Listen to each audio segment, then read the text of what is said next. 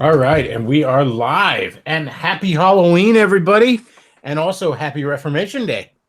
And I'm here with my frequent sidekick, Artistic Layman, Happy Halloween, everyone.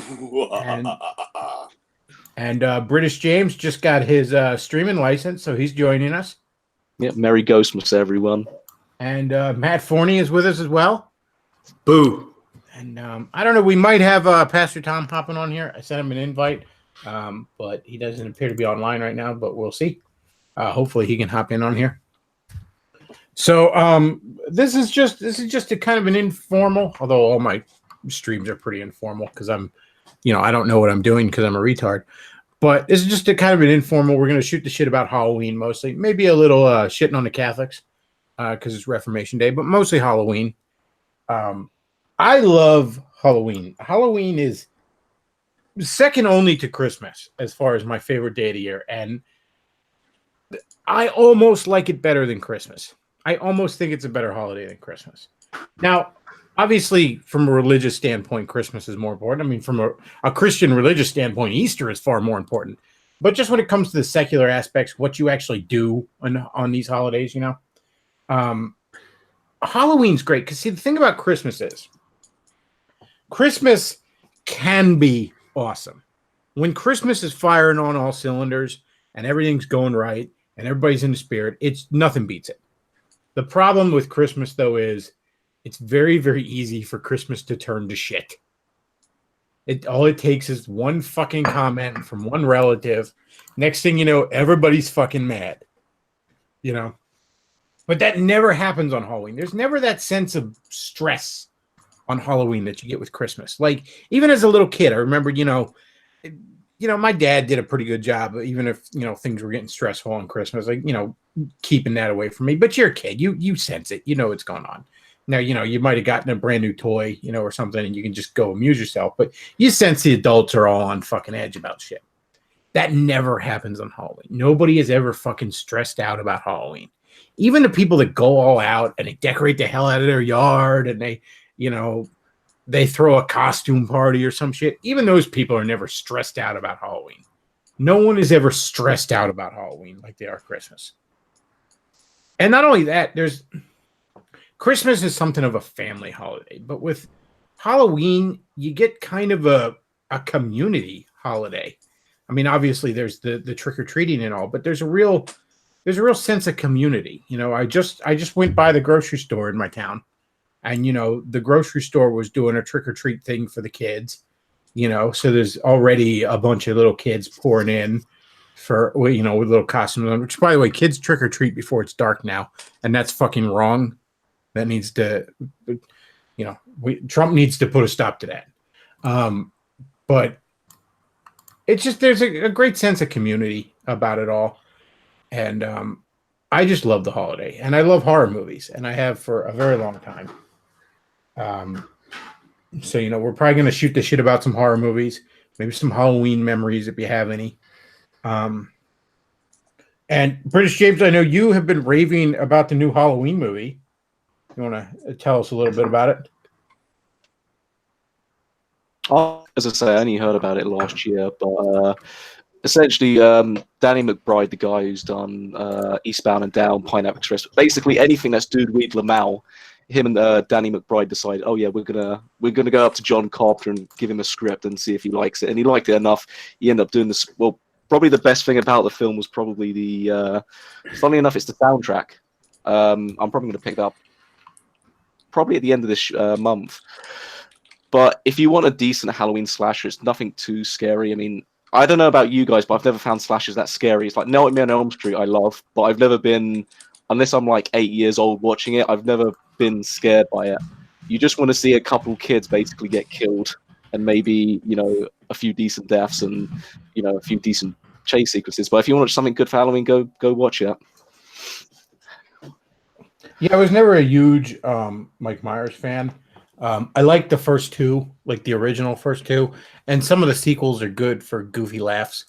I do not like the Rob Zombie ones at all. I feel like it sucked a lot of the mystique out of Mike Myers. Like, you see so much of him as a whiny little kid in the fucking nut house and stuff like that, and he talks and stuff. I like just how creepy and robotic he is in those original movies. Like, there's something because Mike Myers is just a dude. He's not like, you know, a resurrected hick zombie like Jason. He's not a ghost that kills you in your dreams like Freddy. There's nothing supernatural about him. He's just a dude. I mean, you know, if you know he's coming and you're heavily armed, you ought to be able to take the fucker out, you know? Oh, yeah. Well, I mean, that's the interesting thing it explores in the film, because Laurie Strode in this one is essentially Sarah Connor, and she's kind of... That's the good thing. If you want to do a solid female protagonist who's basically all gung-ho, she's got to be kind of deranged. Like, Sarah Connor doesn't come off as normal. Like, she's in a mental institution. She's kind of fucked in the head. Laurie's got that appeal, and all these people around her, it's like, no, this is a wonderful world, nothing bad happens. And then it's like 2 days later, Michael Myers is like shoving his knife down people's throats. And, you know, it's... I would say this, the Halloween series is probably the weakest overall. I mean, the first two are great. Third one's kind of the red step. Well, it's kind of the black swan. It's not bad. It's basically its own thing. Yeah. But I mean, I would rather, if I was to choose between watching all of the Halloween films and saying all of Nightmare on Elm Street, I'd probably pick Nightmare on Elm Street. Just by far as well. Yeah, I would obviously, I'm more of a Freddy fan. I mean, I'd even go with Jason, and I'm not even a particularly big Friday the 13th fan. But again, the one way that Halloween can be scary is that there's such an unexplained aspect to him. Like, it's this seemingly normal kid that one day just fucking snaps and becomes pure evil and never says a word afterwards, and nobody understands or knows why. You know, what becomes so scary about Michael Myers is the complete lack of motivation, almost. There's no explanation for it. There's no motivation for it. And there's something to it where it's like, you recognize that, although obviously unlikely, anybody seemingly, for all you know, around you could snap at any moment, and you would never know why. You never know what's going on in someone else's head. You know, you'd never know why. Yeah. You know, well, I mean, there'd be no way to know unless they chose to tell you. Well, that was the problem they had with the Halloween sequels. They tried to add cults and stuff, but I mean, with this new one, it essentially just removes all of that, removes the sister thing, and just makes him just a guy that just flipped, and now he's flipped again, and he's just gonna slaughter lots of people for no reason. I just got a random text that said, "Hi, Christopher. I'm Randy, a Move On volunteer. Have you decided who you'll vote for in Congress in PA on Tuesday, November 6th?" I'm like, I ought to text him back. Text him back. Yes, make America great again. Yeah, I'm making America great again. Yeah. Like in the waning days of the presidential campaign, I got a text from a Hillary for campaign volunteer in Iowa asking me if I've voted for Hillary, and if I want to volunteer for a campaign. So I texted back, no, make America great again. Well, what you need to send them is, I know who I'm voting for. Helicopter. What you need to do is send them just 2 words, #Yeb, slow and steady.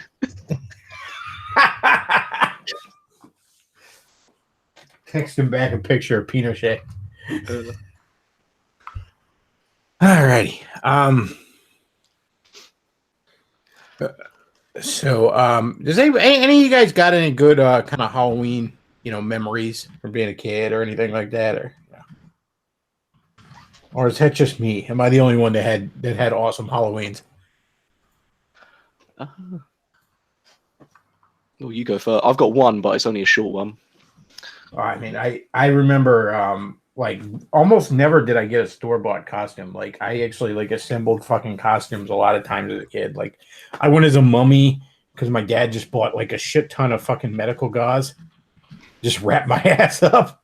I could barely move.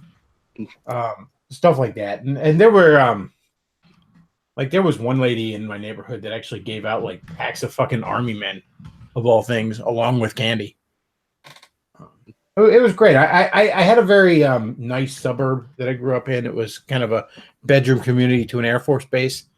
So it was a very kind of dense suburb too. So it was just the perfect place to have Halloween.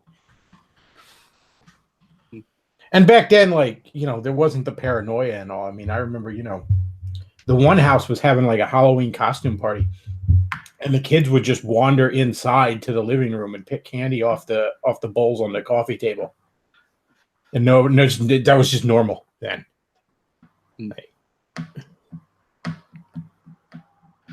I think the one memory I have getting invited to a costume party when I was 9, I think, and I think this was at like some communal thing where this girl was having a party, and obviously being a poor motherfucker, all I was wearing was essentially the Ghostface costume. But no, I walked into the bathrooms to the place, and it's like a generic like men's, ladies, all that stuff. Some kid got my hand and slammed it in the doors of one of the fucking cubicles, and all I remember is my finger literally just being purple. That's what I remember of Halloween. Oh, jeez. I think my dad. Well, it's called Black Man's Pinch, but I don't think you can say that nowadays without getting fucking lynched. I remember in school the next day too. Everybody would be bringing in lunches, and your lunchbox just fucking full of candy. Like, your parents would be like, "Oh, just take a little bit of candy," and then we're gonna look at you, just shove as much as you can in your fucking lunchbox. Because, man, I'd fill up a pillowcase when I was a kid, man. We hit all the houses. Yeah, I mean, I never lived in those communities. I mean, the only thing I really did for Halloween usually is I normally watch a film and get a takeout. So I'm talking about when I'm 12, I'm watching films which are probably films I shouldn't be watching. I mean, I think I watched The Thing at 10. I was watching, I think Nightmare on Elm Street was actually the first film that gave me a nightmare, and that was at 11. I remember watching one of them as a kid, too, and it freaked me out. I think it was the third one. It was the one where they all sort of blur together to me, even though I've watched them all numerous times. I want to say it's the third one where like Freddy was like this worm with like a Freddy face, and he was trying to eat the girl. I remember that freaked me out even as a little kid. That wasn't Dream Warriors, was it? Because I remember the second one is not with the woman, and then the third one's in the mental hospital or something. The fourth one is. Yeah, the second one's almost its own thing. Like it barely ties into the others. Yeah, it's a weird film. It's.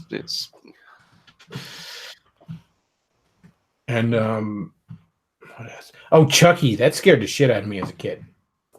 Like, even just the commercials on TV, I didn't even like seeing those because I had a fucking My Buddy doll when I was really little.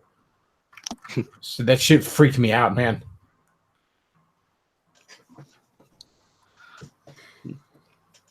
Nowadays, though, for Chucky, hell, half the Chucky movies are comedies. I will say, though, I did not see The Cult of Chucky yet, but I saw Curse of Chucky. And Curse of Chucky is probably the only really good one that's a straight horror. Like, the first one is pretty good, but the kid in it cannot act for shit. And he just sucks the air out of the room. The second and third one are just forgettable. And then I think 4 and 5 are the comedy ones with Jennifer Tilly. But the Curse of Chucky, which I guess is the sixth one, that one is actually legitimately a good horror movie. I always noticed in the Chucky movies too, whenever like Chucky would get caught, like just straight up caught, he would have like an autistic fucking tantrum. It was so, and I think it's because like without an element of surprise or something. I mean, Chucky's, he's fucking 2 feet tall. What's he gonna do? Like there's one where he falls into a grave. I think it's in one of the comedy ones that, and he's stuck in there and he's just screaming his head off. Like I said, like an autistic kid that wasn't, that mommy wouldn't buy him the Thomas the Tank Engine train. Even in the first one, like when they trap him in the fireplace before they turn it on, he is freaking his head off. Like just Chucky's kind of that villain that you could tell is just a straight up bully. Like the moment he loses the upper hand, he turns into a little bitch.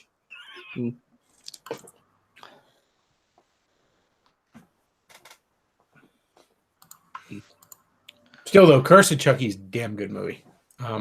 It's the only one I would actually recommend as a solid horror flick of that series.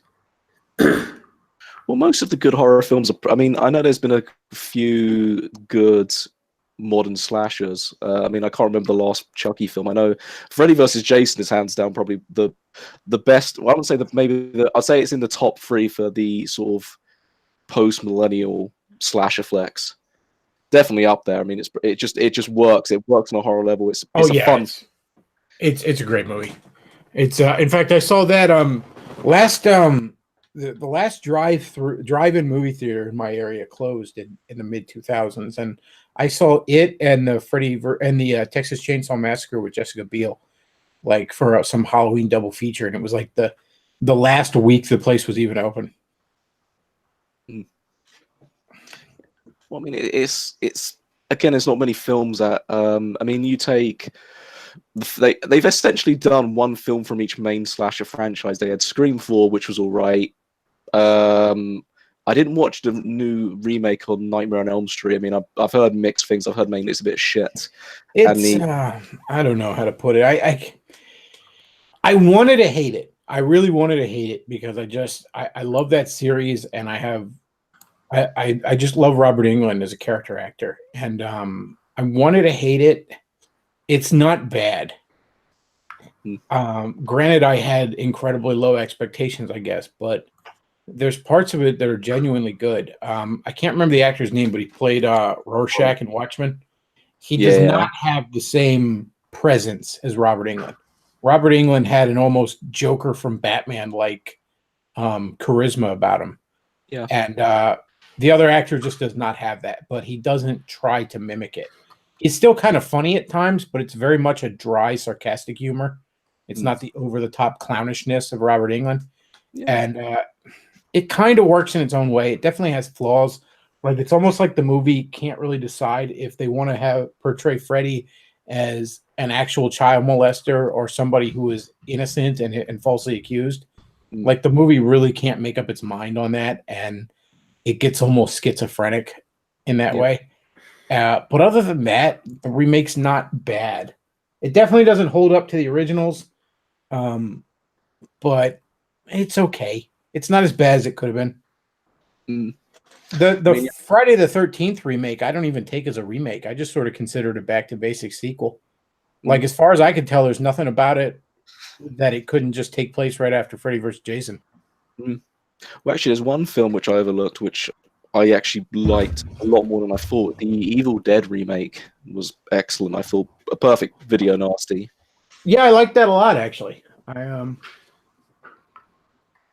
I mean, the ambiguity at the beginning when you've got almost, is she just having, withdrawal symptoms, or is she actually facing demons, is kind of interesting. But then again, if you've not watched Evil Dead, you know it's going to fucking have demons in it, so why do that? Yeah, that movie, I like that movie a lot more than I thought it would. I would. Well, that's the problem, because it teased. I don't know if you ever watched Ash vs. Evil Dead. I'd say don't, because it's fucking god awful show. Thank God it got cancelled. I watched the beginning of it and kind of liked it, but I just sort of fell out of it and I haven't caught up. Now, when I say the beginning, I mean most of season 1 I liked. Well, the problem I had is, why have all these extra characters? With Ash, you could essentially do something like X-Files or Supernatural, just with obviously Bruce Campbell. I mean, that would be fun enough. But then you've got some weird mestizo characters, and then there's some black cop chick somewhere, and it's just, I just fell out of grace with it. I mean, I think you know what's kind of funny about that show? There was a comic book miniseries called Freddy vs. Jason vs. Ash, which was like a sequel to Freddy vs. Jason, and then obviously Ash gets thrown into the mix. And it was actually, the comic books miniseries was based off of a screenplay that never got made. And the screenplay got made, and the studios involved approved it, and then they approached all the actors. And remember, this is like 05, 06 maybe, right? They approach all the actors, and Bruce Campbell at the time said, "I'm too old for that. I don't have any interest in doing it." And, so interestingly enough, in 2006, he was too old to play Ash. But suddenly, a couple years ago, I guess the mortgage got due and he wasn't too old anymore. He's a bit of it's a shame, Bruce Campbell. He seems a bit of a dick in real life. I mean, he hates people ask. Well, I can understand he's getting annoyed with people asking to quote Ash from Evil Dead, but he just doesn't seem too nice. I mean, you compare other. I mean, Robert Englund in real life he's a very pleasant guy. He's a sweetheart, man. Most horror actors are actually really nice. Peter Cushing was really nice. I remember, I think on the set for Star Wars, Carrie Fisher's like the nicest man I've ever met. Vincent Price, nice. But again, most horror actors are generally nice. I think Vincent Price, if memory serves, I believe he taught Sunday school. Actually, He did. He did. It's yeah, it's so weird. The horror guys are all like huge sweethearts, and The comedians are assholes. yeah, the comedians are actually assholes, which I guess you could almost fit Bruce Campbell more into. Oh yeah. But yeah, the horror guys are just huge sweethearts. There's the one of the guys who played, I can't remember what it was, but it was a story like one of the guys who played Jason, like they wouldn't let him hang around the other actors on the set because he was just this like just true gentle giant guy, and they thought like he was so nice that they wouldn't be able to get good reactions from the other actors anymore. Like if they saw what this guy was really like. Yeah. Yeah, it seems an odd thing. Maybe it's a different because I mean you mentioned most comedians generally are. There's I think it's Frankie Boyle put it. There's almost something a bit autistic about being a fucking stand-up comedian. There's also something draining, I think, about the act. I think with a horror actor, you almost separate your persona. You put your worst part into the performance, and then in real life you can just sort of move on and do your own thing. With a comedian, you've essentially got to be the funny guy 24/7, and I could see how that could be draining, but. Yeah, it's almost like you're letting the poison out being a horror actor. I mean, who else? I think Sir Christopher Lee was meant to be quite nice. Again, look at the old Hammer horror actors. God, I think he's slowly recovering, but Tim Curry's he's meant to be a nice guy. It's a shame he had a stroke, but yeah, Tim Curry's supposedly really nice, and yeah, the Hammer actors were they were supposedly all sweethearts. A lot of the original Universal guys were the same way. Although I think what's the guy that played Dracula, Bela Lugosi? He was supposedly, I don't want to say a dick, but a lot of people, he was very uptight and almost overly serious and professional about his craft, and a lot of people supposedly didn't like hanging around him. But the rest of the guys were just a blast, supposedly.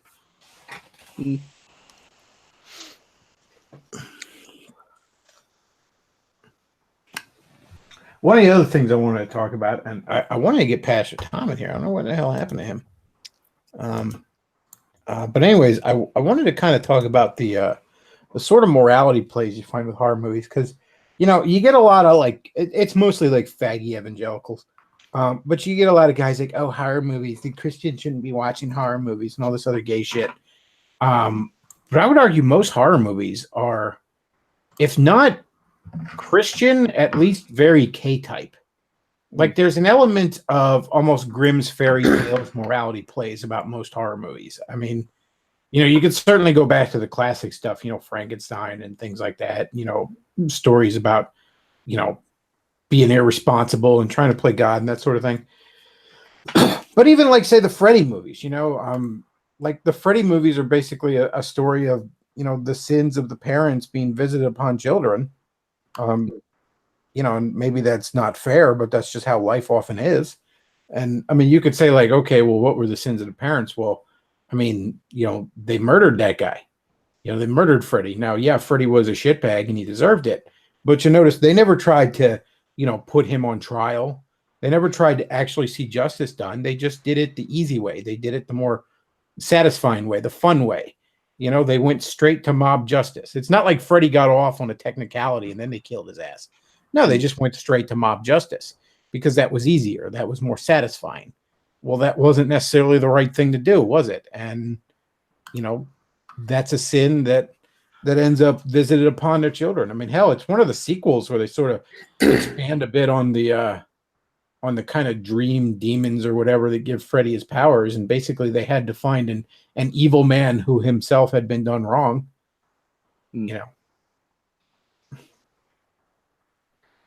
Jason drowns in that lake because the counselors were too busy smoking pot and fucking each other to watch the kids. So he becomes sort of this undead spirit of vengeance. Yeah. I mean, as I mentioned, the arcade stuff, and you've just brought up you look at Sarah Connor, you look at Laurie Strode, new films, there's almost, as much as it can be annoying to have, as was Aaron Clary calls it, karate kicking, chicks who have no flaws. There's almost with an arcade thing, you're not super fantastic at something. You're just picking quality over quantity. So this idea that when you have all these, as you say, with the council of kids, they're just smoking pot while getting picked off one by one. You eventually have that one person who's kind of woke on it. Scream alludes to this. The guy fucking knows about the stuff. He ends up surviving at the end, or there's almost that the idea of preparation in a horror film becomes the reason why you survive. Yeah, taking, and again, it's some of it could just be as simple as you go where you're not supposed to go. You don't pay attention to danger. I mean, a lot of the morality plays in old fairy tales. It was about the world's a dangerous place, and sometimes life can go to shit on you just because you weren't paying attention. You didn't even do something inherently morally wrong. You just let your guard down too much. There's like I said, there's always an element of.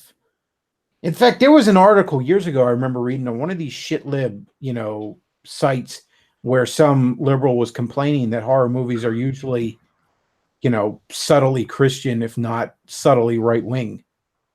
And then there's the other element of it where it's a real clear and present danger that has to be responded to, that has to be dealt with. Freddy's not interested in we're all going to hold hands and kumbaya and talk out our fucking feelings. Mike Myers isn't interested in that either. Jason isn't interested in that. They're evil motherfuckers who wish to do you harm, and you better stop them or they will kill you.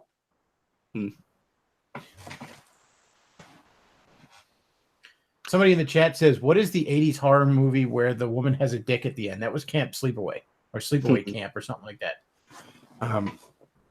Yeah, it's a horror movie where like kids are getting killed at this camp, and it turns out the girl did it, but it turns out the girl was secretly a boy. It's actually a kind of a good movie, and what's really weird about it is the sequels completely ignore the fact that character is actually a boy, and in some ways are actually better for it. So it's a weird case where the sequels ignore the one interesting aspect about the original and are better for it.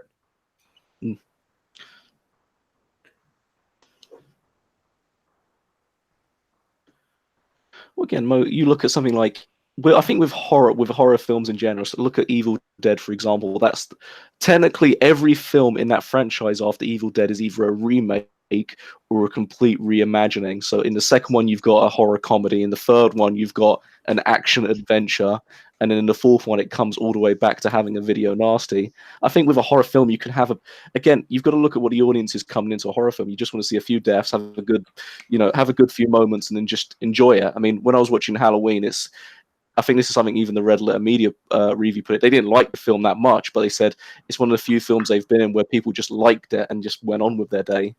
So who gives a shit about plot? I mean, how many times have they changed the plot to, I think at the beginning of Friday the 13th, he's just obviously like a hermit, and then he becomes supernatural, and then it's, it's dumb shit like that. Well, the first one, it was actually his mom pretending to be him, like avenging his death. And then after that, it was Jason somehow survived all this time and was a hermit, and now he's avenging his mom. And then he's legitimately killed, and then he's resurrected as an undead monster. Yeah, and then it goes into space. It's just... I like that one, though. I'm not going to lie. Mind you, Leprechaun probably got the best subtitles of a series. I mean, you've got Leprechaun in the Hood, Leprechaun in Space. I legitimately like Jason X. I'm not going to lie. It's aside from the remake, which I still contend is more a back to basics sequel. It's my favorite of the Jason movies because it's just so fucking bananas. It's just like, yeah, Jason's in fucking space, and now he's going to fight a robot dominatrix, and then they're going to kill him, and then nanites are going to bring him back to life as Super Jason. And I'm just like, yeah, this is all cool. I'm okay with all of this. Well, it's like, have fun. I mean, it's you can do anything you want. It's just a dumb horror film. You can just watch it and sit back. And I hate to be like one of those guys who says, "Oh, you just need to turn your brain off," but you don't need to go that far. But you don't need to think too much into it. I mean, there are good horror films out there which are more psychological. I mean, I think The Exorcist is a film I want to watch. I've not watched in years, and I can't remember much of it. But I've been watching some of Rob Ager's reviews on it. I mean, I don't know if you guys have watched it, but one of the elements that gets forgotten about is the idiot. Is it the intro in the Middle East? Watching that intro to it, you almost get like a weird, different layer to the film where there's so much demon stuff with it. I always thought. I always thought that intro didn't make a lot of sense. It makes a lot of sense in like kind of director's cuts, and again, if you read the book, it's based off of it makes sense. But in the context of the original cut of the film, it doesn't feel like it really connects all that well to the rest of it. It just sort of feels like here, before we get to your movie, here's this thing that happened halfway around the world that sort of connects to it. All right, now moving on. Well, and this is what I'd go with if anyone wants to watch. Go subscribe to Collative Learning. He's got some good analysis. It's almost where most people see The Exorcist is one of those first. I think it was 70s, if I remember correctly. One of the early sort of horror films. When I say horror, I mean I'm talking about modern ones, which everyone was kind of. I mean, I know Psycho is often the first slasher flick in certain ways, but when it anytime you hear The Exorcist, everyone says, "Oh, it's the scariest movie ever made." Probably not, to be honest. But when you look at it from how people just say it's just a really scary film I mean, the guy actually who I was watching the review, he looked into all the demonology stuff, and he's not a religious guy, but there's almost a weird layer when you watch over it, because some people try to say that the entire film was actually like the reason why the woman was acting up was because she was getting molested. It's like, no, you missed the kind of fucking. I mean, I know he's a Catholic priest. First joke of the stream, I get that in, but it was more about an actual demon. It's a very layered film from what I've seen. Oh yeah, it's just a fantastic film. For psychological horror, I actually really like Cube. Oh, that's solid as well. Oh, Cube's great, man. Like it's one of those movies I first caught on like cable or something, just as it was starting. And you see the guy gets like it hooks you right away with the scene. You like the guy gets all sliced up and stuff, and you're like, well, what is going on here? And then it's a fantastic movie. It does not get enough credit, too. I don't know if it got a cinema release, but it's one of those perfect, just late night. It's 11 o'clock at night. Go watch it straight to fucking TV films. I don't know if it did get a cinema. I'll have to check. I don't ever remember it in the theater. Like I said, I first discovered it on cable in like the late 90s, early 2000s. And like I said, I don't remember it ever. I don't remember ever hearing about it before I just stumble across it on like the Sci-Fi Channel or something. Well, actually, I was going to ask on the topic of this: does anyone watch any horror TV shows? Because I know I think they've. I know most people watches it. American Horror Story, which I don't know much about. Yeah, I never really got into that. I used to watch a lot of Tales from the Crypt when I was a kid.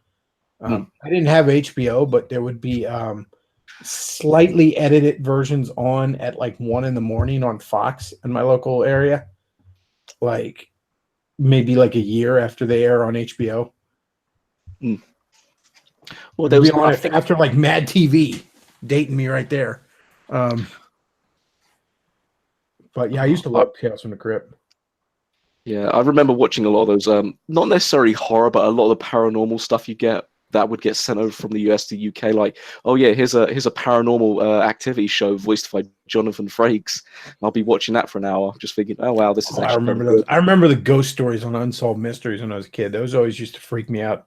Because like as a kid, I understood that movies were just movies, but like the Unsolved Mystery stuff, it's like that's stuff that might have happened. I mean, that's obviously the old sort of documentary style, well, docu-series type horrors, but there's been a few. I think just recently Netflix has released the, is it like a Sabrina the Teenage Witch, but it's kind of serious. I know that's just been released. I've heard some good things about that, but I've heard mixed things, but I haven't been meaning to check it out. Like, I'm still not sure how I feel about the weird Archie reboot that was on TV that was all weirdly dark. Yeah. Like, I mean that literally. Like, I watched it and I'm like, I don't know how I feel about this. There's a part of me that thinks this is actually kind of really cool and creative. And then there's a part of me that's like, what the fuck are you doing? Well, I watched the Scream TV show, which they did, which is very fucking millennial. But they actually cancelled the thing and then they've renewed it. And the renewed one is going to be set in Detroit and have an all-black cast. So my first question was, so is the mystery finding out who's not doing the killing then? Who's not stabbing someone? Well, I mean, a whole black cast. Who dies first? Well, yeah, that's. Is it the blackest guy? I don't. Or is it going to be like? Is this going to be like a? Is this going to be drinking the Kool-Aid at the same time? They've got to balance it out. They all die on the first. I see on the credits, all I see is Queen Latifah, and I think, yeah, I'm turning this off. Oh God, I hate her. And the funny thing is, because the interesting thing about Scream, it's actually the only horror villain, if you consider him a horror villain, that isn't actually owned by anyone. Even though it's directed by Wes Craven, it's actually owned by a fucking toy company. It's weird. That's kind of, yeah, that is weird. I remember, like, there was a Friday the 13th TV show, but I think it was like an anthology horror. Like, I think it was just basically like Freddy was in the place of the Crypt Keeper from Tales from the Crypt, and he's just introducing the stories. Like, I really don't think it had anything to do with the show or the movies. I mean, unless he has a fight with Jonathan Frakes at some point, that'd be quite, Freddy versus Riker. Freddy in space. Yeah. I don't think they didn't do that yet. They got to get to that. Got to get to that while Robert Englund's still kicking. We got to do Freddy in space. Well, he can still pull it off. I mean, there's so much makeup on him. That guy could be 104 and we wouldn't be able to tell under that makeup. Well, I mean, he's still it's a shame Wes Craven's obviously died 2 years ago, but they could probably still pull something out. I mean, I know they did that god-awful Hellraiser film, but at least Clive Barker's still rattling around until he, dies of AIDS. But other than that, I think all of the horror guys are dying, really. Well, I mean, so much of the classic horror was 80s and 90s. We haven't had, I mean, now some of this comes to the stagnation of our pop culture in general lately. But I mean, we haven't, there isn't really a new wave of classic horror. In the 30s, obviously, you had all the Universal stuff. And I mean, that arguably went off into the 50s. I mean, a lot of people consider like The Creature from the Black Lagoon one of the classic Universal monsters. And that came out in the 50s. But then, you had the Hammer movies in the late 50s into the 60s. Then in the 70s, you had a lot of really, really dark shit like Exorcist and Texas Chainsaw Massacre. And then coming into the 80s, you had, kind of franchise horror, your Jason, your Freddy, your Chucky, that sort of thing. But in the 2000s, we had a lot of horror movies, but I always thought a lot of them were ass, like the 2000s decade, because it was like everybody was trying to be hostile. You know what I mean? Everybody was trying to be Saw. Now, the first Saw I actually really like, but so it's so easy for those movies to just turn into torture porn. What was that guy Eli Roth? He did a ton of them. See, the problem with his movies are if I don't like anybody in this movie, if I don't care if they live or die, then this is just torture porn. Yeah. I love that classic 60s Sabrina you threw up there. You gotta love how they drew him with them rocket tits back then. Did you know a lot of the Archie artists from the 60s actually worked on Playboy cartoons too under different names? And you could see that in Archie art from the 60s. You could see that this is like the first panel of a Playboy cartoon. Well, I think the only problem we've got with maybe not early noughts, but I think certainly into the teens, we've got everything's got to be like the Conjuring style with, and mind you, I don't mind the style, but there's also the Paranormal Activity sort of handheld style, which it's not bad, but let's put it this way. Most of is it Blumhouse Productions, most of their films, I think Paranormal Activity's got like a ridiculously low budget, like under $100,000, and you look at how much that makes. I mean, their latest film, which is actually their biggest one, Halloween, is 10 million, and they said that was a bit too much. It's like, really? It's 10 million. That's you consider the most budgets for sort of any AAA film, and it's almost well over 100,000. Yeah, the first American Pie cost 11 million to make, and that was just a bunch of teenagers talking about sex for 90 minutes. I mean, horror is weirdly enough, as much as it never grosses $1 billion or wins Oscars, it's got, if you know how to do it right, you can make it for dirt cheap. I mean, even the original Evil Dead, which has got for the time and for the budget, it's got decent effects. Still costs less than it cost like the same production as fucking Doom 1. It's ridiculously low. I liked the first Paranormal Activity, and I didn't think I would because I don't like that style very often. But I have to say, first when I'm watching Paranormal Activity, I'm like, this is big nothing, whatever.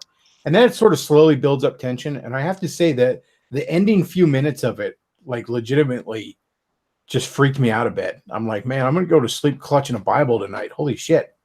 That kind of got to me a bit. I mean, I was watching, have you watched Bone Tomahawk yet? No, I don't even know what that is. I would thoroughly recommend. It's essentially, oh god, who did it? I think it's actually his first film, but it's essentially about. It's got Kurt Russell. It's basically got any horror film, any sort of almost. It's a weird thing because it's got every actor from sort of every period. It's got Kurt Russell. It's got the guy from all those Conjuring films, that sort of American-looking guy.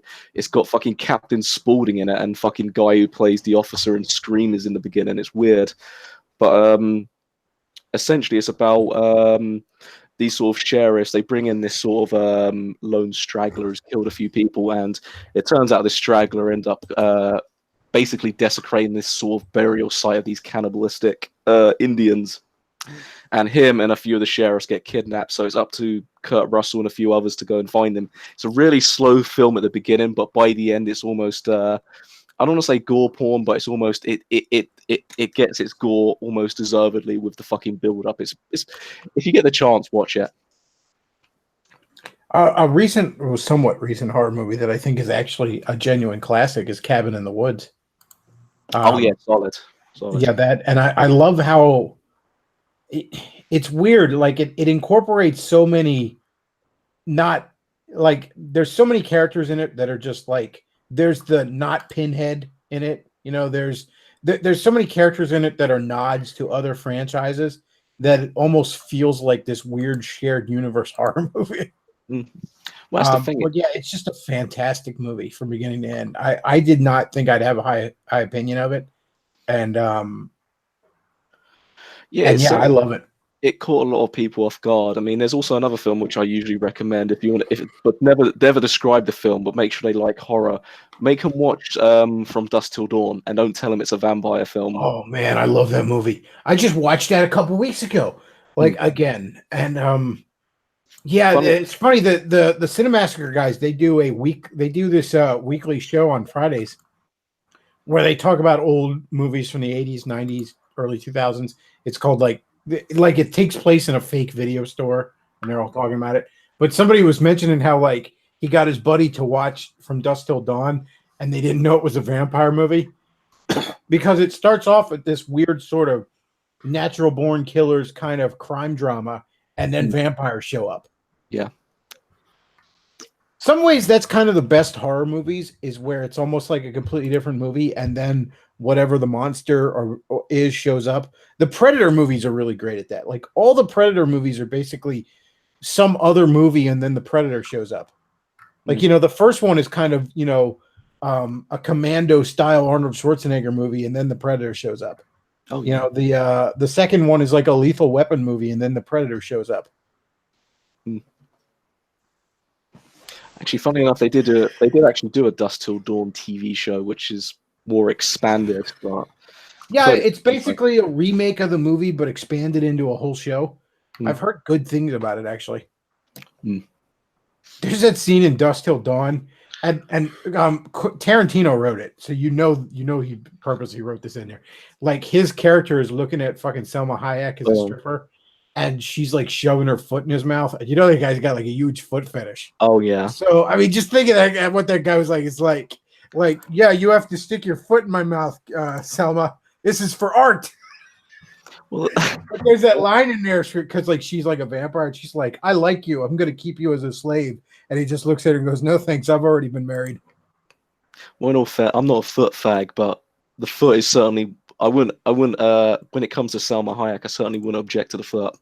Yeah, I don't necessarily have a foot fetish myself, but I'm not disgusted by him either. So yeah, if Selma Hayek's wants to stick her foot in my mouth, I'd be like, well, any way you want it, baby. But yeah, that's just like what a fucking creep that guy is. Like, no, like, yeah, you get it. It's for the art. Stick your foot in my mouth, sweetie.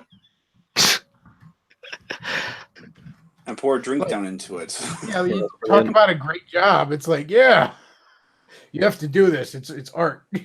Yeah. George Clooney's just sitting there wondering what the fuck's going on. There's a scene where we might even see it. She starts backing up into George Clooney, and like he almost looks disappointed when she stops. Because a lot of this was improvised, I think. Oh man, that was a fantastic movie. Fantastic movie.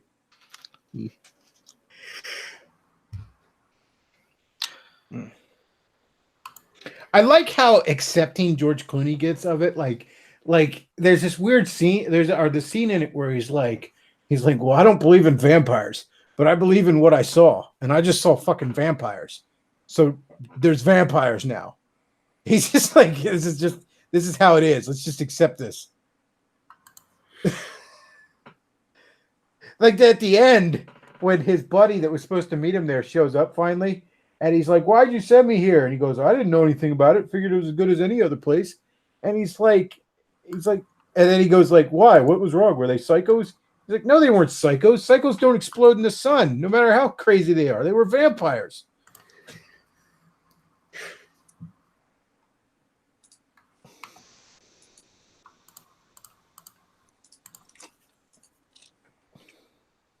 Yeah, that's a fantastic movie.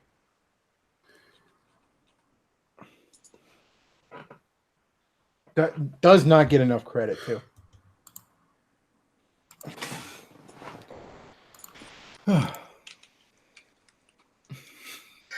Nostalgia Wound in the chat says Tarantino could be the Pope.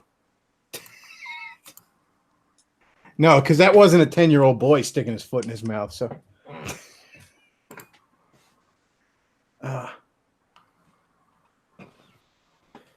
But yeah, what a douche Tarantino is. Just like writes that in there. Yeah, I have to do it. It's art. The scene really holds the movie together.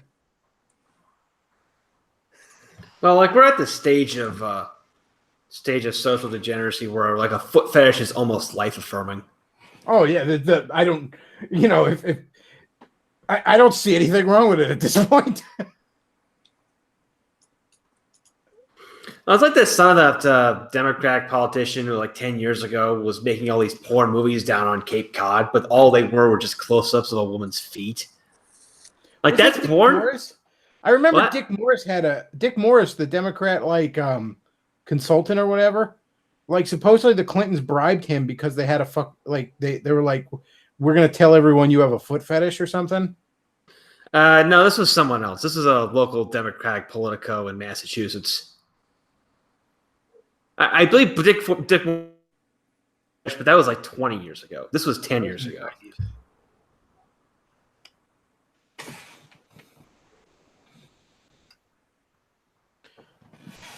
Yeah, at this point, like you said, having a foot fetish is almost life affirming. It's just that, your one neighbor likes to suck his wife's feet. Your other neighbor likes to see his wife get railed by Tyrone. Which one do you think is worse?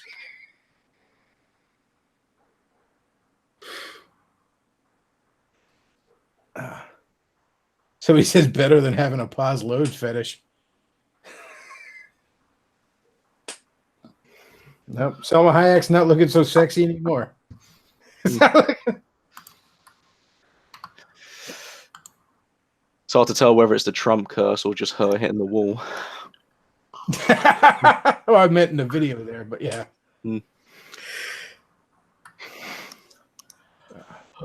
So he says, why can't we just live in a normal world? It's just because we've turned our back on God. That's why. Well, actually, that reminds me, there's an interesting analysis of the, I hate to say shield collative learning again, but he did a small video on the zombie topic, and he's noticed it's very interesting when society has moved more from, let's say, from the 70s before, any zombie film. Oh, Luke. Yeah. Oh, any zombie film you'd actually watch would usually involve things like magic, voodoo, and the demonic possession.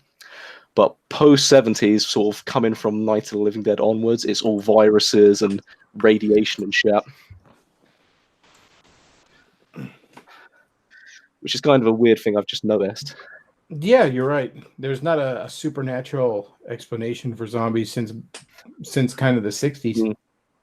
The only exception I'd say is if you've watched Wreck, the Spanish zombie film, which actually, I'd say for a low budget film is certainly worth it. Yep, everyone flagged this video for nudity. Yeah, I'm gonna have to take this down when we're done. Yeah. Shit. Yep. Nudity? Oh shit! What did I miss? Oh, there was a titty from that Dusk Till Dawn. Which you know what sucks? He's watching another thing that's on YouTube, and watch my ass get fucking nailed for it. Well, after you're done with this, you can just like edit it out and using YouTube's tools. That sounds like too much effort for Bechtloff. Oh yeah, I don't know what I'm doing. But I'll have to set this to private and then figure out what the fuck to do with it then. Yeah, skip to somewhere in the 50-minute march and just block it out. I think you can also label it as a mature video, and that will help as well. Because I was going to stream a game called Fahrenheit Indigo Prophecy today, but the problem is it's an AO rated game with like tits and sex scenes, and there's no way to censor all that out. I can't even stream it on Twitch. It's one of the games that Twitch banned, and I didn't want to risk getting a strike over it, even though I'd be allowed to stream it on YouTube. So I went with the vampire game instead. People in the chat, LOL, I saw that titty.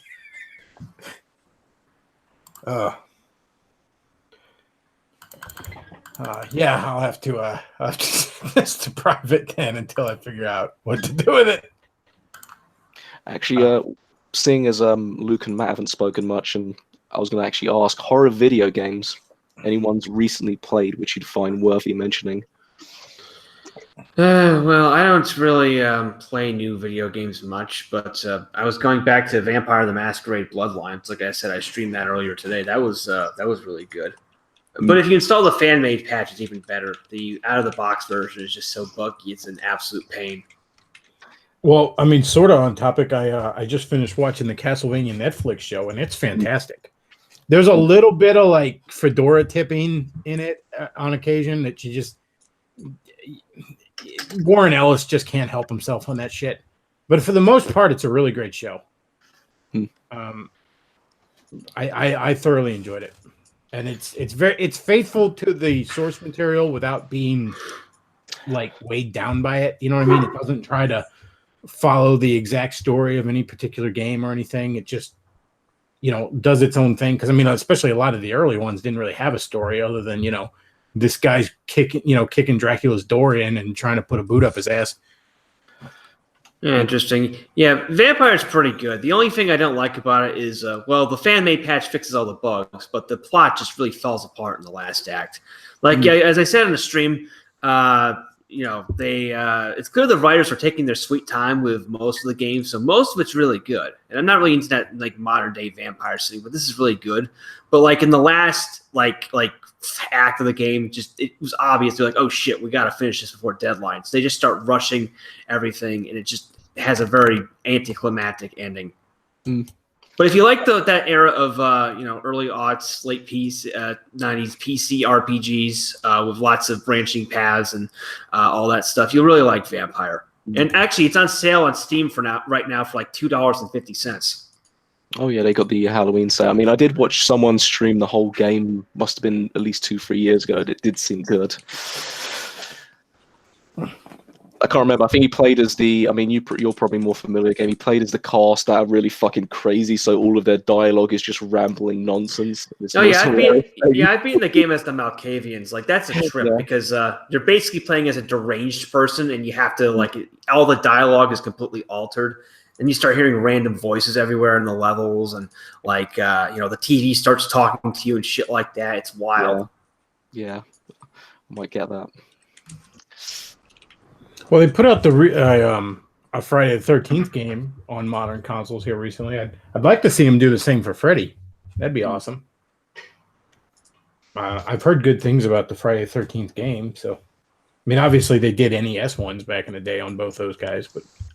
Well, the thing is, what could you really do with Freddy? Because with the Nightmare, with the Friday the 13th one, it's essentially it was almost like I think they did a similar setup. It was called Dead by Daylight, where essentially you have survivors and then you have one character who picks almost like a pre-made serial killer with his own sort of special abilities. I mean, with Freddy, what could you really? I mean, I think you could do a lot. I mean, for one thing, you could be pretty creative with a dreamscape.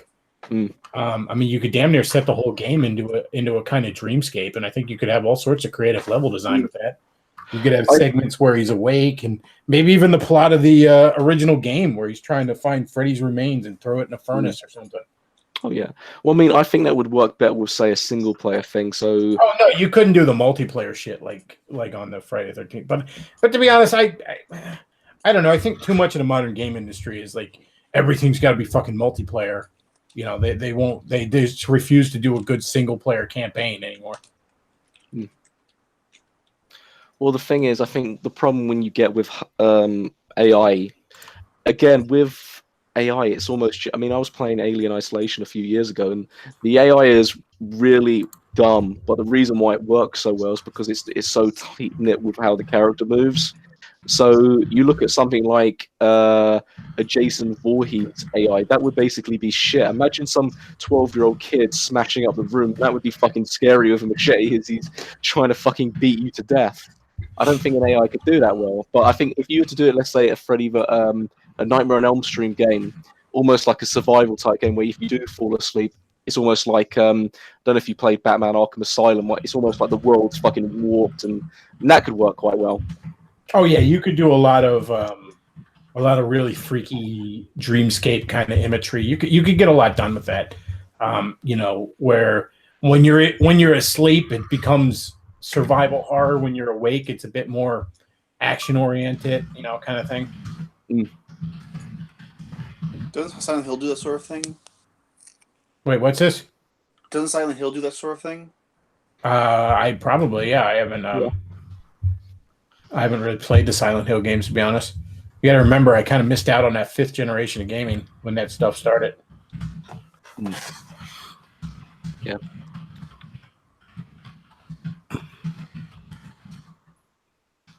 Let's see. Somebody in the chat says spooky lights are go and candy is out on the wall. Yeah, I don't really get trick-or-treaters in the neighborhood I'm at. It's not enough kids in this neighborhood. Yeah, I haven't seen trick-or-treaters in eons, but that's because I live in I live in environments where it's not exactly safe to go out after dark, or I live in countries where celebrating Halloween will get you arrested. Somebody says always recommend Darkstalkers. Darkstalkers was a great game. That was back when Capcom could do no wrong with fighting games. Oh, yeah, there was actually a really good Darkstalkers comic a couple years ago.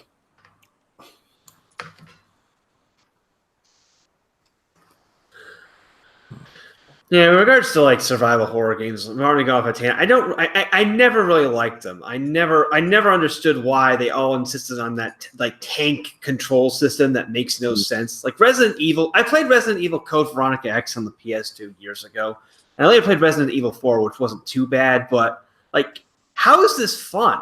Okay, I get the aspect. Oh yeah, you have to survive in you've got zombies everywhere. You've got limited resources. I don't mind that. What I can't stand is having to fight a battle against the fucking controls and camera.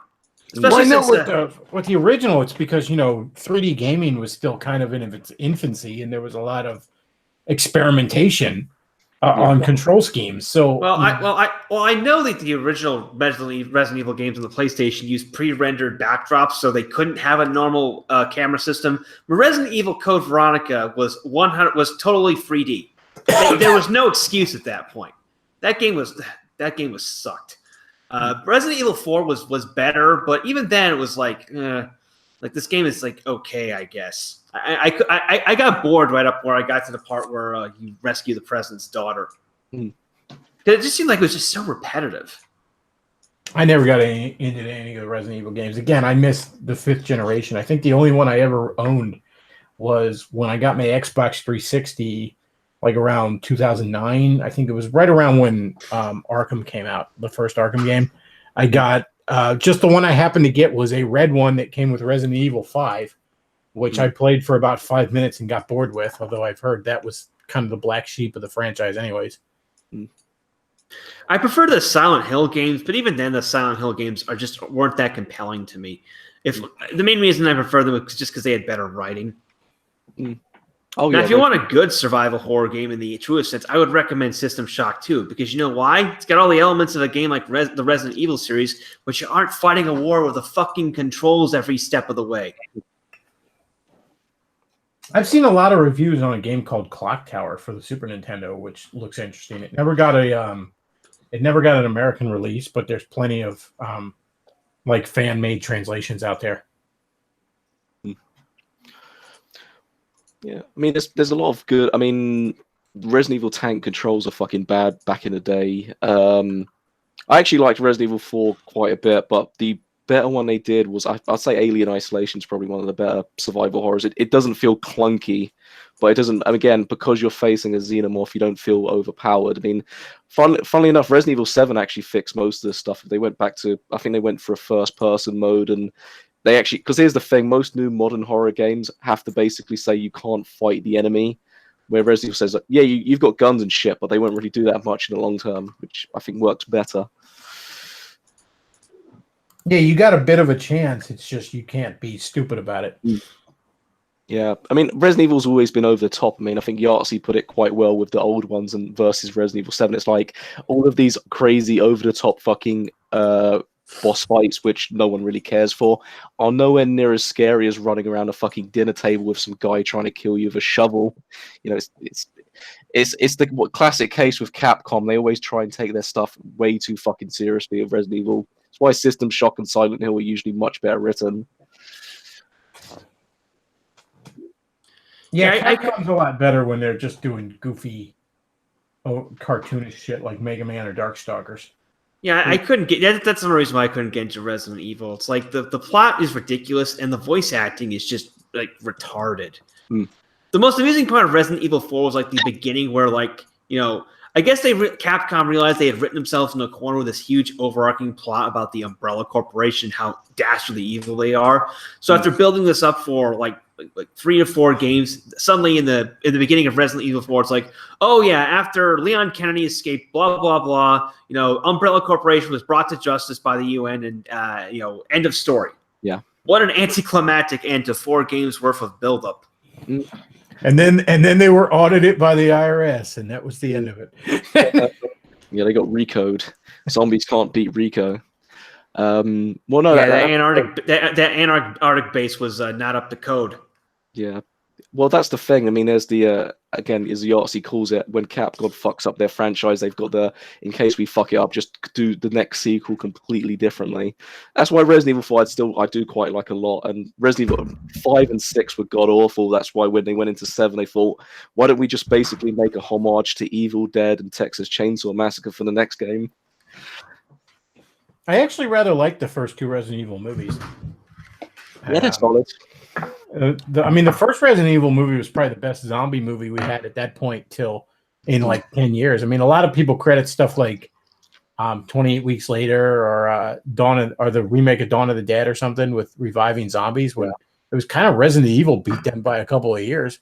Yeah, I remember seeing that and thinking it wasn't too bad. It wasn't great, but it wasn't too bad either. Yeah, I remember seeing it in the theater. And again, I didn't know anything about Resident Evil aside from, you know, seeing bits and pieces of it at a friend's house. And I was like, this is pretty good. It's better than the games, in my opinion. Oh, that's another thing that pissed me off about Resident Evil. Well, it's an issue with console peasant gaming in general. The fucking tape reels to save at the typewriters. I hate that shit. I gotta replay huge sections of gameplay because I gotta conserve my fucking tape reels to fucking save the game. No, fuck off. I got a life, people. I hate that shit. And again, this was on Resident Evil Code Veronica X. Like, this isn't like some early PlayStation games where it was like some of the early PlayStation games had it, you know, did not have memory card compatibility, so there was no real way to save. They still have the password system. Now, there was no excuse for a game released in 2001 to have this layout. Yeah, I'm going off. Go off, Kings. Speaking of PlayStation, a little off topic, but the PlayStation Classic thing they put out with the built-in games, the game selection is ass. I could not believe what the fuck they picked on there. Like, first of all, there's no Crash and there's no Spyro. There's no Tomb Raider. It's just really fucking weird what they picked on there. There's like a Street Fighter puzzle game, but they didn't put the Street Fighter Alpha games on there. I don't expect it's good. Oh, and somebody said that it didn't have a power cord to come with it. No, it doesn't. It's but it uses like the regular like power charger cords for like any phone or. Well, still buy device. your own fucking power cord. What a dick thing! What a dick thing to not have everything to fucking hook it up in the box. And fuck Sony. What a bunch of assholes. I mean, I thought about buying one because like for some reason I have a couple of flat screen TVs in this apartment, and for some reason I want to get a classic gaming system, but like. There's nothing on it that I really want to play. I mean, the only game that I would really want to play on the classic is Metal Gear Solid, but they don't even have like the VR missions. It's just the original game. Probably be better for me to just get a panel on get a copy, get an original PlayStation, and just get the discs. Oh yeah, even get a PS2 because I mean that's backwards compatible with almost all the PS1 games. The PS2's got more finicky hardware, particularly when it comes to PS1 games. I remember playing like Blood Omen Legacy of Kain, and for some reason, in order to get that to work on my PS2, I had to set the PS2 on its side in order to read properly. I haven't played that many PS1 games on the PS2, but I never had a problem with it. Well, it depends. Like Blood Omen was like a really early PlayStation game, like 95, 96. That may have been an issue. I played like Soul Reaver, for example. Soul Reaver worked just fine with the PS2. Well, I loved for the new generation of consoles, the PS4 spokesman or whatever was like, why would you want to play old games? Just play the new ones. And it's like, are you kidding me? Have you seen the PlayStation streaming services? They're fucking terrible. I mean, at least that's the one thing Xbox did right. They said, yeah, we're just going to, each month we're going to add more of the exclusives back. And if you've got the disc, you can play them. It's like... Yeah, they really screwed the pooch on that whole process. Probably why I forget which generation the PlayStation and the PlayStation 2 were, 5th, 6th, whatever. That's probably when console gaming kind of peaked in that regard. I think, PS2 I think would be 6th generation. Yeah.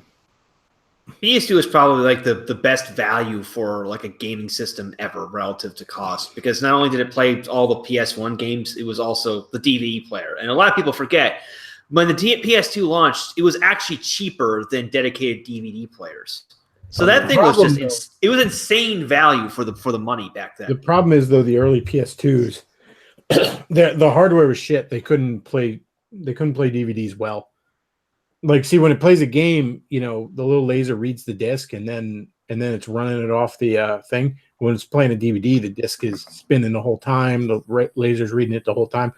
The first wave of PS2s, the laser burned out really quickly if you watch DVDs on it a lot. Oh yeah, I mean, it was still a great value. I remember at the time thinking that would have been like if a Genesis or NES had a built-in VCR.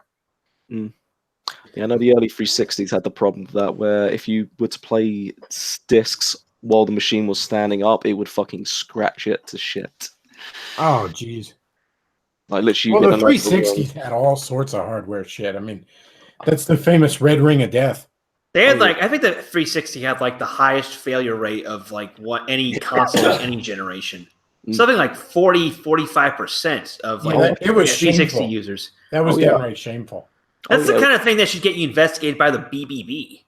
Oh yeah, that was it was I thought it was higher than 40%, but the early 360s, because of how they had their motherboard, because the fan wasn't sufficient to keep it cool enough, the motherboard would essentially just melt. And so if you see the Xbox One now, the fan basically takes up half the fucking console. It's like, yeah, that's our insurance policy. What staggered me was how many people just sort of accepted it as okay. Like, this is just how things are. Oh, I got the red ring of death. I guess I got to buy a new one. It's like 10, 20 years ago, people would have been like with pitchforks and fucking torches outside Microsoft's headquarters. Can you imagine if back in the day it was like, yeah, your Super Nintendo or your Genesis will just randomly shit the bed when it's like 2 months old? So People would be up in arms. That's the thing, right? When you look at how R&D costs and how much video games cost now, they probably knew about that fuck up, but still released it anyway. And they figured, oh yeah, shit. Because I mean, the PS3 had a really fucking bad launch. I mean, let's not forget the $600 back then for the console versus what, $400 for the 360. I mean, no matter what was going to happen with the 360, the PS3 wasn't going to win its launch. And it did fix it over time, but oh my god, the amount of stuff Microsoft did, which gimped the console. That's why we've got a cyclical process. That's why the PS4, I mean, the Xbox One's launch with the DRM stuff, and they basically wanted to be Steam, but with basically more expensive games. Holy shit! It's like deep throating a 12-gauge shotgun and watching someone blow their head off. Oh, yeah. For the most part, I don't think there's any point in having an Xbox or a PlayStation at this point. I think, you get a Nintendo system because Nintendo actually has exclusives. If you're not interested in them, then you go PC. I do want to get Red Dead though. I know Red Dead's not going to come for PC. That was I had my Xbox One paperweight. There's a few exclusives that won't come to PC, but for the most part, Spider-Man's exclusive to PlayStation, and I really want to play it, but I'm not going to get a fucking PS4 to play this one game that I want to play. Yeah, I mean, I like that. They didn't even release the original Red Dead Redemption on PC for some reason. Yeah. And it's odd because they put the GTA games out on PC, and Red Dead Redemption is just GTA in the Wild West. Yeah. Well, to be honest, I have to be cynical and really hateful, I think GTA 5 is probably the most overrated, hyped game of the last few years. I think it's absolute shit compared to what it actually is. Well, I think the GTA series is just overrated in general, but if you're going to put the GTA games out on PC, why not put they also put Bully out, which is basically just GTA set in like a prep academy. It seems to me like they're just leaving money on the table there. Saints Row 2 is my favorite Grand Theft Auto game. Get Saints Row 2 or even Saints Row 3 is better than anything, most of the GTA games. The only GTA game I played a lot of was San Andreas, and I didn't give a shit about the story. I just sort of liked the, early 90s West Coast rap, aesthetic to it. And other than, most GTA games, it's like I play a little bit of the story until I've unlocked the whole map, and then I just fuck around. That's all I do. I don't have any interest. Again, Saints Row 2 is the only thing where the story actually got me to play through the whole thing. For the most part, I have San Andreas, and I've had it since the mid 2000s, and my save file is about maybe 30% through the story mode, and that's it, and that's where it'll be till the end of time because I have no interest. Even when I dust that game off and play it every once in a while, which I still do, it's not to play story. It's I want to fuck around in San Andreas for a bit.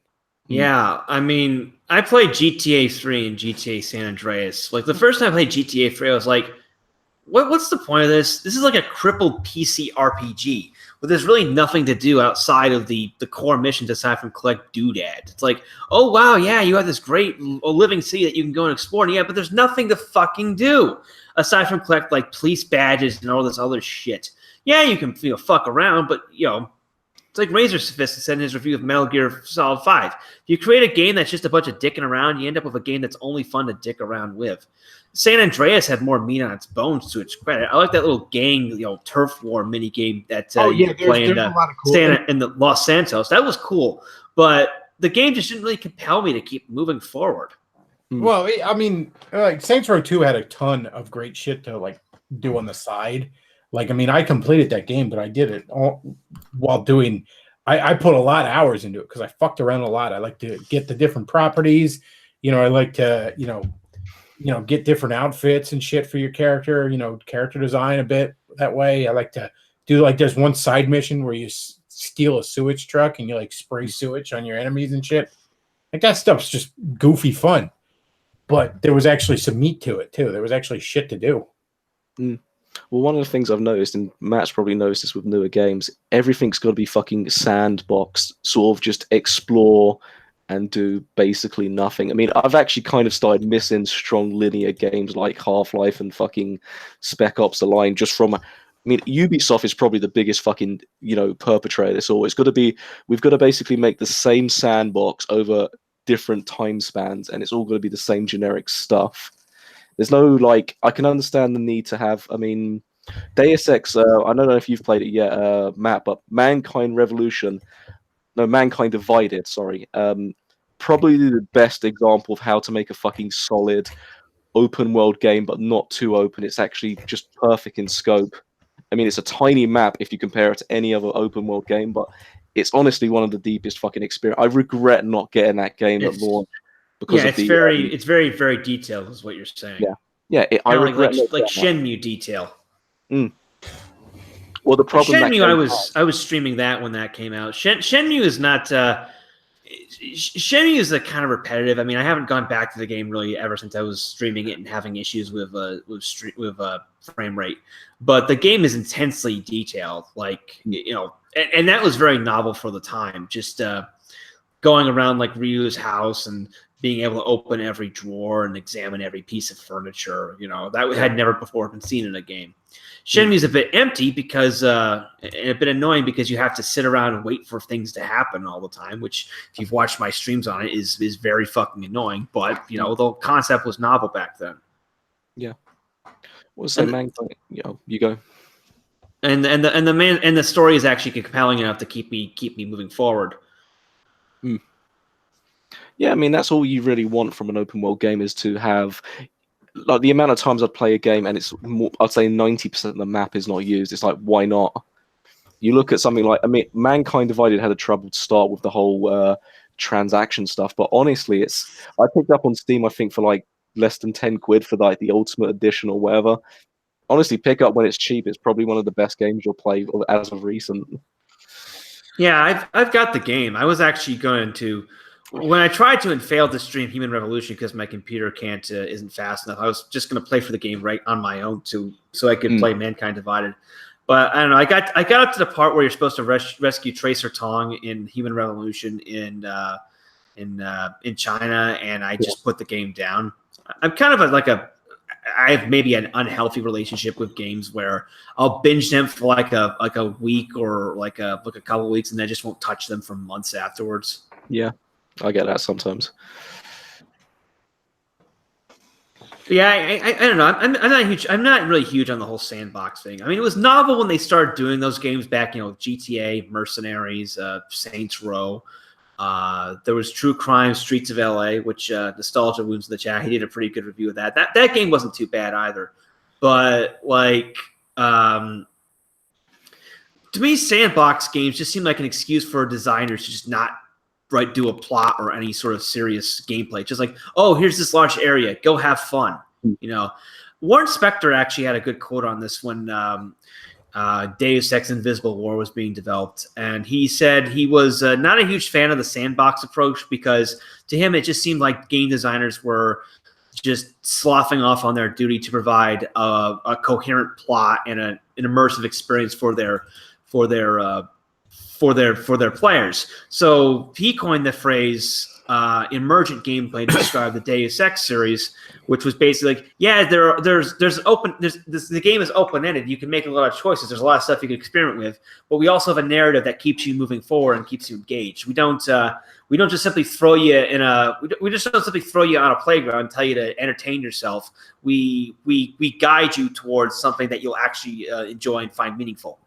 Yeah, I kind of think one of the challenges to sandbox, if you want to take a Grand Theft Auto game and make it, expand on the formula, is to try and make some of your dicking around matter.